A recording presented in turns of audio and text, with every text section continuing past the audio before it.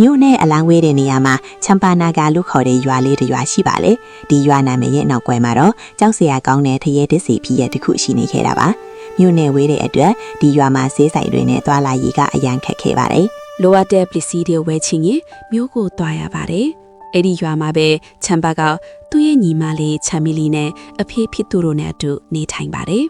တမီးတို့ရေအဖေအလုပ်ကိစ္စနဲ့မြို့ကိုရန်နဲ့လာသွားရမယ်အလုပ်ပြီးရင်ချက်ချင်းပြန်လာခင်မယ်တမီးတို့နှစ်ယောက်အင်ကိုတေချာကီတူစိတ်ပြီးနေခဲ့ကြနော်လို့တဖေကပြောပါတယ်အဖေတမီးတော့မျိုးကနေပပရိချက်ဝယ်လာပြီနော်လူတယောက်ကပြောတယ်လို့နောက်တယောက်ကလည်းတမီးတို့လည်းစမူစာနဲ့ဖူချကဝယ်လာပြီပါလူတောက်ဆိုကြပါတယ်အေးဝယ်လာပြီမယ်တမီးတို့နှစ်ယောက်တယောက်ကိုတယောက်ကီတူစိတ်ကြနော်တခုခုလိုအရင်ရာမူဦးလေးကြီးကိုပြောလိုက်ကြကဲအဖေသွားပြီနော်လို့ပြောပြီးထွက်သွားပါတယ်ချမ်ဘာနဲ့ချမ်မီလီတို့ကအဖေထသူကိုခြံဝါထိလိုက်ပို့ကြပါတယ်အမကျမတို့စားစရာတွေစားရတော့မယ်ဖြောစရာကြီးနော်လူပြောပြီးပြောနေကြပါတယ်ရနေခဲ့ကြမှာတော့အဖေဖြစ်သူမျိုးကနေပြန်ရောက်လာပြီးသမီးနှစ်ယောက်အတွက်ဖူချကာနဲ့စားစရာတွေဝယ်လာပြီးပါတယ်ချမ်မီလီကအဖေပြန်ရောက်လာမြင်လို့အယံဝမ်းသာသွားပါတယ်အဖေပြန်လာပြီအဖေပြန်လာပြီအဖေသမီးတို့တက်မုန်းနေဝယ်လာတယ်မဟုတ်လားလူမေးပါတယ်အေးပေါ့သမီးရဲ့အဖေသမီးတို့တက်အများကြီးဝယ်လာပေးတယ်အခုပြောသွားကြပြီမဟုတ်လားလူပြောတော့သမီးနှစ်ယောက်လည်းပျော်ပျော်ပါပါစားတော့ကြပါတော့တယ်ချမ်မီလီကမုန်းစာရင်းနဲ့ကျမလူရွာမှာဒါဒီလိုမုန်းတဲ့ရှိရင်ဘလို့ကောင်းမလဲနော်လူပြောလိုက်ပါတယ်ဟုတ်တယ်ချမ်မီလီဒါဆိုရင်ငါတို့နေတိုင်စားလို့ရတာပေါ့လူချမ်ပါကပြန်ပြောပါတယ်မကြခင်မှာလေရွာထဲမှာမိုဟန်ဆိုတဲ့လူတစ်ယောက်ရဲ့မုံလေးလေးရောက်လာခဲ့ပါတယ်။သူကလူတိုင်းကိုမုံတွေအလားကားကျွေးနေတာပါ။ရွာထဲကိုမုံဆိုင်အသစ်ရောက်လာတာရဲ့အလားကားကျွေးတာရဲ့ကြောင့်ရွာသားတွေအကုန်လုံးအလူရက်သွားစားကြပါတယ်။မုံစားရင်နဲ့ရွာသားတွေကမိုဟန်ကိုချီကျူးကြပါတယ်။ဟာအကိုကြီးကတကယ်ကိုလက်ရကောင်းတာပဲဗျာ။အရာသားကတော့ရှယ်ပဲ။လူတိုင်းကိုလည်းအလားကားကျွေးနေတာဆိုတော့တကယ်ကိုမုံမြတ်တဲ့အလုပ်ကိုလုပ်နေတာပဲဗျာလူဝိုင်းပြောကြပါတယ်မိုဟန်ကလည်းဟာကိုတို့ကလည်းဒါကခင်ဗျားတို့ရဲ့မိသားတွေကြောင့်ပါလူတွေကိုအကျိုးပြုရတာကျွန်တော်ထက်တော့စိတ်ချမ်းသာစရာပါပဲလူပြန်ပြောပါတယ်ရာသားတွေကအကိုကြီးရဲ့မုံတွေကတကယ်ကိုကောင်းတာပဲတဆမ်းမဒီလိုအရသာယုံမစားဘူးလူပြောတော့မိုဟန်ကစားကြပါစိတ်ကြိုက်စားကြပါအကုန်လုံးအလားကားပါပဲလူပြောပါတယ်ရွာသားတဲ့အကုန်လုံးကမိုဟန်ကိုချီကျူးနေကြပါတယ်ချမ်ဘီလီလည်းဒီသတင်းကိုကြားတော့အဖေဖြစ်သူစီပြေးသွားပြီးအဖေလဖေကျမတို့ရွာကိုမုန်းတဲ့အထစ်တယောက်ရောက်နေတယ်သူကလူတိုင်းကိုအလားကားကျွေးနေတာတဲ့သူလည်းရကလည်းအရန်ကောင်းတယ်လို့ပြောကြတယ်ကျမတို့လည်းသွားစားရအောင်လေလူပြောပါတယ်ဘာအလားကားကျွေးတာဟုတ်လားလူအဖေကအံ့တော်သွားပါတယ်ဟုတ်တယ်အမသူကအကုန်လုံးကိုအလားကားကျွေးနေတာဟာဒါဆိုရင်တော့တကယ်ကိုထူးဆန်းတဲ့ကိစ္စပဲမနေ့ကမှငါတို့ရွာမှာမုန်းတဲ့ရှူရင်ကောင်းမှာပဲလို့ပြောနေတာဒီနေ့တော့တကယ်ထက်လာပြီပဲဟာသမီးတကယ်ကိုသတင်းကောင်းပေးတာပဲမနှက်ဖြန်ကြသွားကြတော့ပေါ့လူအဖေကပြောလိုက်ပါတယ်နောက်တနေ့ကစပြီးမူဟန်ရဲ့ဆိုင်မှာလူတွေပူညာလာခဲ့ပါတယ်လူတိုင်းကသူ့ရဲ့အရာသားရှိတဲ့မုံတွေကိုစားချင်နေကြတာပါလူတွေကစားရင်းနဲ့ဟာအကိုကြီးတကယ်ကိုလက်ရကောင်းတာပဲဗျာအကုန်လုံးကိုလည်းအလားကားကျွေးနေတာဆိုတော့အကိုကြီးမိုဟန်ကတကယ်ကိုစိတ်သဘောထားပြေဝတာပဲစားကြစိတ်ကြိုက်တာစားကြပါဗျာကိုကလေးတွေကိုလည်းဝါအောင်ကျွေးလိုက်ကြအောင်အကိုကြီးရဲ့ခြာကြီးရရေကလည်းတကယ်ကိုထူးခြားတဲ့အရာသားပဲဗျာ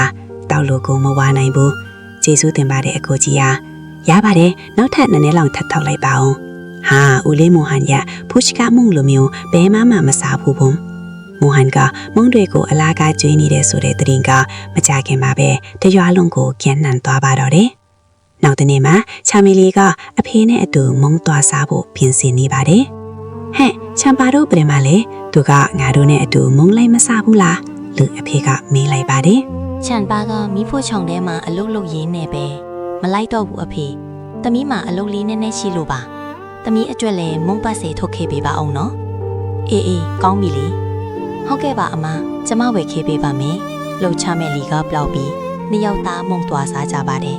သူတို့အဲ့ဒီကိုရောက်သွားတဲ့အခါမှာတော့လူဒီအများကြီးတန်းစီပြီးမုံစားနေတာကိုတွေ့လိုက်ရတယ်ဂျာကိုမြင်တို့သူတို့လည်းဝမ်းသာအားရနဲ့ မိုးဟန်စီသွားပြီးဟေ့မိုးဟန်မင်းရဲ့မုံဒီနဲ့လက်ဖက်ရည်ကအရန်နာမယ်ကြီးနေတယ်လို့ကြားလို့လာခဲ့တာကဲနာတို့ကိုလည်းနည်းနည်းလောက်ကြွေးပါအောင်မင်းရဲ့လက်ရာကဘလောက်တောင်ကောင်းလဲဆိုတာမြည်ကြည့်ရအောင်လို့ပြောလိုက်ပါတယ်ချမယ်လီလည်းအရန်ကိုပြောနေတာပေါ့လာပါကြွကြပါသမီးလေးလက်လာလီကဲဒီမှာဝအောင်စားကြ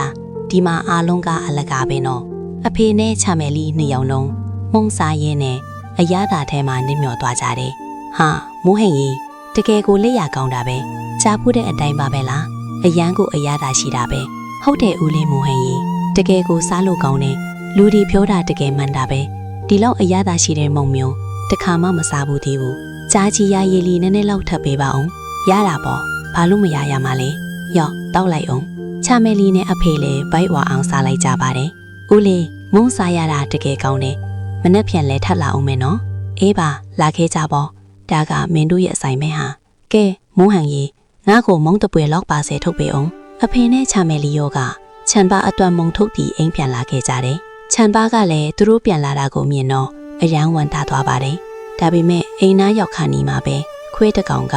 သူတို့လက်ကလေးကမုံထုတ်ကိုဆွေလူပြီးပြေးသွားပါတော့တယ်ဒါကိုမြင်တော့ချန်ပါလည်းစိတ်မကောင်းဖြစ်သွားတာပေါ့သမီးလေးချန်ပါစိတ်မကောင်းဖြစ်ပါနဲ့ဦးမနေ့ဖြန်ကြရင်သမီးကိုပါဖော်ပြီးသွားစားကြမယ်လေအဲ့ဒီစကားကိုကြားတော့မှချန်ပါလည်းပြန်ပြီးပြောသွားပါတော့တယ်အဲ့ဒီညမှာပဲအဖေနဲ့ချမယ်လီဆိုဘိုက်တွေအရန်နာလာပေမဲ့ဘလို့ဖြစ်ဖြစ်အိပ်ပျော်သွားကြပါတယ်မနက်လင်းတော့ချန်ပါကညီးသွားတန်တွေကိုကြားလိုက်ရတယ်အာ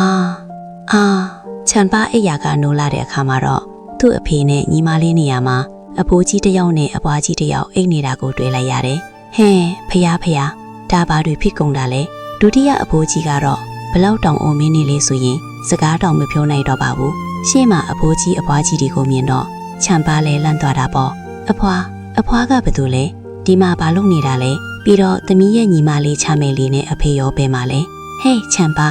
ငါကချမယ်လေးလေးနင်းရဲ့ညီမလေးပါငါဘလို့ဖြစ်ပြီးဒီလောက်အထိအိုသွားတာလဲမသိတော့ဘူးချမယ်လေးနင်းကဘလို့ဖြစ်ပြီးဒီလိုဖြစ်သွားရတာလဲငါလည်းမသိဘူးအစမ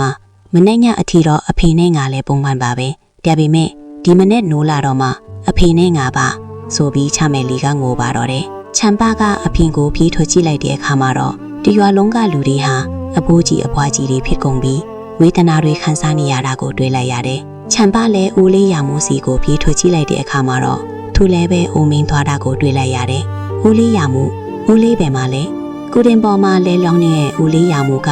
ညီးသွားရင်းနဲ့သမီးလေးသမီးအဆင်ပြေရဲ့လားဦးလေးဒီမှာပါဟုတ်ကဲ့ဦးလေးသမီးကတော့အဆင်ပြေပါတယ်ဒါပေမဲ့ဒါတွေကဘာတွေလဲလူတွေအားလုံးကဘာလို့ဒီလိုအိုကုန်ကြတာလဲမသိဘူးသမီးလေးရဲ့မနေ့ကအထီတော့အားလုံးအဆင်ပြေနေတာပါဒါပေမဲ့မိုးဟန်ရဲ့ဆိုင်မှာမုံတွေစားပြီးကတည်းကဖိုက်ထဲမှာတမျိုးကြီးထစ်လာခဲ့လေမနက်နိုးလာတော့မှတရွာလုံးအိုမင်းထွက်ကြတာကိုတွေ့ရတော့တာပဲချန်ပါကဒါတွေအားလုံးဟာမုံတေမိုးဟန်ကြောင့်ပဲလို့ထစ်လာမိပါတယ်မဟုတ်ရင်သူကဘာလို့လူတိုင်းကိုအလကားကျွေးရမှာလဲညရောက်တော့ချမ်ပါကမိုဟန်ရဲ့ဆိုင်နာကိုတစ်တစစ်တွားချောင်းကြည့်တဲ့အခါမှာတော့မိုဟန်ကတယောက်ထဲရပ်ပြီးအကျယ်ကြီးရဲနေတာကိုတွေ့လိုက်ရတယ်ဒါတွေကမုံတွေမဟုတ်ဘူးငါကိုယ်တိုင်ဖော်ဆက်ထားတဲ့ဓာတုဗေဒဈေးရည်တွေရဲ့စွမ်းအားပဲအခုဆိုငါကဘယ်တော့မှအိုမင်းသွားမှာမဟုတ်တော့ဘူးချမ်ပါကဒါတွေကိုပုံပြီးကြည့်နေခဲ့တာပါအော်ဒီလိုကိုမိုဟန်ကဖျော်လွန်းလို့သူ့ရဲ့ဆေးပလင်းမြေကြီးပေါ်ပြုတ်ကျသွားတာတောင်တတိမထားမိပဲရေမောရင်းထက်သွားပါတယ်ချမ်ပါကအဲ့ဒီဆေးပလင်းကိုကောက်ယူပြီးအိမ်ပြန်လာခဲ့တယ်နောက်တစ်နေ့မှာချမ်ပါကအရသာရှိတဲ့ဟင်းတွေချက်ပြီးမိုဟန်စီကိုသွားပါတယ်ဦးလေးမိုဟန်ကျမကိုလည်းမုံပေးပါအောင်ချမ်ပါကိုမြင်တော့မိုဟန်ကစဉ်းစားသွားပါတယ်ဟင်ဒီကောင်မလေးကဘယ်လိုဖြစ်ပြီးမအိုသေးတာလဲကိစ္စမရှိပါဘူးဒီနေ့သူ့ရဲ့လူငယ်ဘဝကိုပါငါယူပြမယ်အေးလာလီသမီးလေးလာမိုးစားလိုက်အောင်ဒါပေမဲ့ကတိတစ်ခုတော့ပေးရမယ်နော်ဦးလေးကကျမတို့ကိုအကြိုက်အလကားကျွေးခဲ့တာဆိုတော့ဒီနေ့ကျမကဦးလေးအတော့တစ်ခုယူလာပေးလေယော့ဒါကိုအရင်စားကြည့်ပါပြီးမှကျမမုံစားမယ်ချမ်ပါကသူချက်လာတဲ့ဟင်းတွေကိုပြလိုက်ပါတယ်မိုဟန်ကလည်းအရသာရှိတဲ့ဟင်းတွေကိုမြင်တော့လောဘတက်ပြီးမနေနိုင်တော့ပါဘူးဒါလေးများကဲပေးငါအခုပဲစားလိုက်မယ်အဲ့ဒီဟင်းတွေကိုစားပြီးတာနဲ့မိုဟန်ကတဖြည်းဖြည်းအိုမင်းလာပါတော့တယ်ဟင်ငါဘာဖြစ်နေတာလဲငါရဲ့ ဒါကဦးလေးတခြားလူတွေပေါ်လုတ်ခဲ့တာတွေရဲ့ရလာပဲလေကိုယ်တိုင်ဖော်ဆက်ထားတဲ့ဆေးကိုပြန်စားရတာပဲလို့နေလေလူယုံမှာမုံသေးကြီးဦးလေးလူတိုင်းကိုအလကားကျွေးကြတဲ့ကတခုခုမားနေပြီဆိုတာကျမသိနေခဲ့တာမုံသေးကြီးကတဖြည်းဖြည်းအိုမင်းလာပြီးဟဲငါရဲ့ဆေးရည်ဖေးရောက်သွားပြီလေဦးလေးရဲ့ဆေးရည်ကဦးလေးစားလိုက်တဲ့ဟင်းတွေနဲ့အတူပိုက်ထဲရောက်သွားပြီလေသိပြီလားအဲ့ဒီနောက်မှာတော့မိုဟန်ဟာဟိုမင်းရဲ့နဲ့ပျောက်ကွယ်သွားပါတော့တယ်တစ်ချိန်တည်းမှာပဲရွာသားတွေဟာလည်းတဖြည်းဖြည်းနဲ့သူတို့ရဲ့မူလအသက်အရွယ်တွေကိုပြန်ရလာကြပါတယ်ဟေးကြည့်ကြပါဦးငါပြန်ကောင်းသွားပြီငါရဲ့အသက်တွေပြန်ရပြီဟေ့ချာမယ်လီနဲ့အဖေလည်းပုံမှန်အတိုင်းပြန်ဖြစ်သွားကြပါတယ်ချမ်ပါရဲ့တက်တီကိုမြင်တော့ရွာသားအလုံးကသူ့ကိုချီးကျူးကြပါတယ်သမီးလေးချမ်ပါဒီနေ့သမီးတစ်ယောက်တည်းကပဲတို့တရွာလုံးကိုဘေးအန္တရာယ်ကနေကဲတင်လိုက်ကြပါမဟုတ်ပါဘူးဦးလေးရာမူရေဦးလေးတို့ဖျားသားခဲ့တဲ့လမ်းညွန်မှုကြောင့်သာကျမလုံနိုင်ခဲ့တာပါအဲ့ဒီလူယုံမာကိုလည်းတင်ခန်းစာပေးနိုင်ခဲ့ပါပြီတာတူပါသမီးလေးရဲ့သမီးရဲ့အမျော်မြင်နဲ့တက်တီကြောင့်သာတရွာလုံးဒီဘေးကနေလွတ်မြောက်ခဲ့တာပါသမီးလိုသမီးမျိုးရထားတာငါတကယ်ကိုဂုဏ်ယူမိတယ်သမီးလေးရဲ့အဲ့ဒီချိန်ကစားပြီးရွာသားတွေအားလုံးကရွာရဲ့နာမည်ကိုချမ်ပါနာကလို့ဖြောင်းလဲခေါ်ဝေါ်ခဲ့ကြပါတော့တယ်မင်္ဂလာပါတငယ်ချင်းတို့ဒီဗီဒီယိုကိုကြည့်ရှုပေးလို့ကျေးဇူးတင်ပါတယ်အကယ်၍ဒီဗီဒီယိုကိုကြိုက်နှစ်သက်တယ်ဆိုရင် like လုပ်ပေးပါ subscribe လုပ်ပေးပါပြီးတော့ comment လေးတွေလည်းရေးပေးခဲ့ပါအောင်တငယ်ချင်းတွေကိုလည်းမျှဝေပေးဖို့မမေ့နဲ့ဦးနော်နောက်ထပ်စိတ်ဝင်စားစရာဗီဒီယိုတွေကြည့်ဖို့အတွက်အောက်ကခေါင်းလောင်းလေးကိုနှိပ်ထားပေးပါ